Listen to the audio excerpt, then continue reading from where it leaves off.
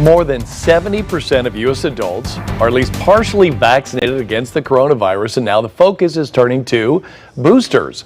Pfizer is asking the FDA to amend its emergency use authorization so it can offer boosters to all Americans 18 and older. Joining me now to talk about this is Dr. Christopher Doering, Vice President of Medical Affairs at Franciscan Health. Good morning, Doctor.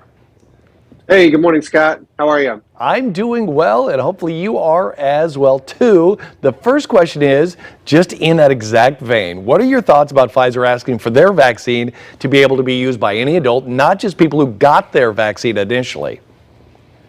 Yeah, I think we've been expecting this. When the boosters were approved a couple months ago, that was on the table. The committees that reviewed it decided at that point to limit the booster approval to healthcare workers and those who are at high risk, either because of their own age, underlying health conditions, or their workplace exposure. So certainly expected this, and sounds like we're on the brink of having that approval as well. Now, have you seen a rush of people getting boosters since they become available to certain groups? Yeah, we're seeing a good number of folks who are stepping up to get the booster, particularly those who are more than 6 months since their initial vaccine.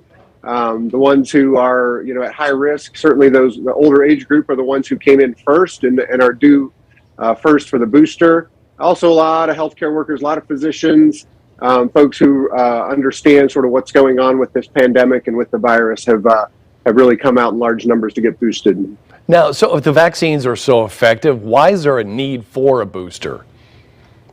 Yeah, that's a good question. What we've seen is they're incredibly effective for the first several months after the initial round, but that protection does wane, especially against just getting the virus. And that's not unusual. We see that with other respiratory viruses like influenza. Folks who've been vaccinated against influenza, you see that type of protection wane, and it leads to the need for annual vaccination. The good news is that protection against severe illness and death does persist, but if we want to maintain the higher protection against just getting it, eliminating those breakthrough cases, boosting does seem to be necessary. All right, well then, who should get the booster and who should not possibly get the booster? Yeah, I mean, at this point, anyone who's approved for it, with the J&J vaccine, basically they said if it's been more than 2 months since your initial vaccine, anyone who got the J&J should get a second dose. The rest of us who got one of the other 2 vaccines, if it's been more than 6 months and you're currently approved, go get it. Would certainly expect with this next round of approvals that anyone over 18 will be included in that. So again, though, who should not get the vaccine or the booster, in your opinion? Are there certain groups?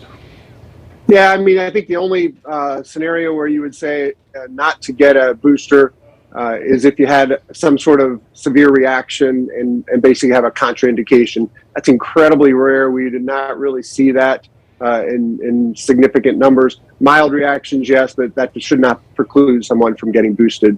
So is the Pfizer booster shot kind of the same formulation as the existing vaccine? Right. For simplicity's sake, their initial request was just the same dose as the first 2 shots. Dr. Christopher Doering, as always, a lot of helpful information. We do appreciate you being here this morning. Thank you. Hey, it's good to be with you, Scott. No problem. All right, Lindy, over to you.